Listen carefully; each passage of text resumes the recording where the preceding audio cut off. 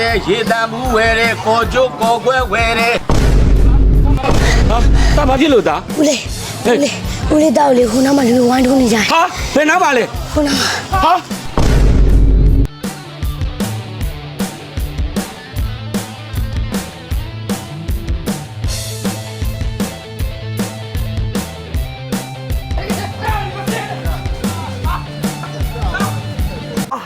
တာဘာဖြစ်သွားတာကမ္ဘာကြီးတော်လာပါဗျာတားရဲ့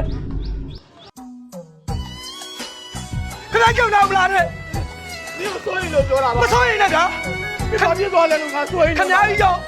အခုလိုလူတွေပြောတော့ကျွန်တော်ခံနေရတာတားရဲ့ခဏကြောက်တော့မလားနဲ့နော်အဲ့လိုမပြောနဲ့လေတားခဏထွက်သွားလိုက်အဖေစိုးရင်လို့လိုက်လာတာမစိုးရင်လည်းဗျာကြောက်ခဏသားမဟုတ်နော်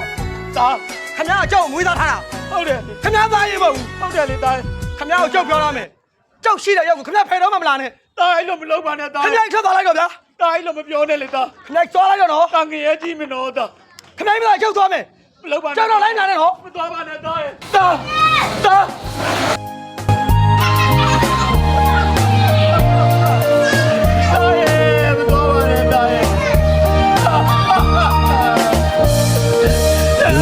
လာမြောက်တဲ့အရွယ်ကလေးကလေးလောကရန်ကိုရင်ဆိုင်တွေ့ကြုံခဲ့ပါပဲနေ့တစ်ခါတာကြီးတလဲရဲ့နဲ့တမှုရိယာနေမှာခြေလဲချက်စားကမလန်းနိုင်ရှာပဲလောကဓမ္မရာတော့ကအပြာပြာကြုံခဲ့ရပဲ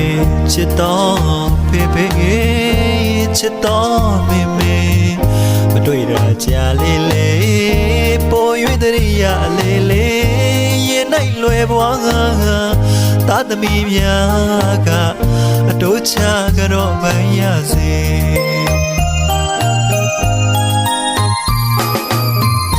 မြေမို့တောင်း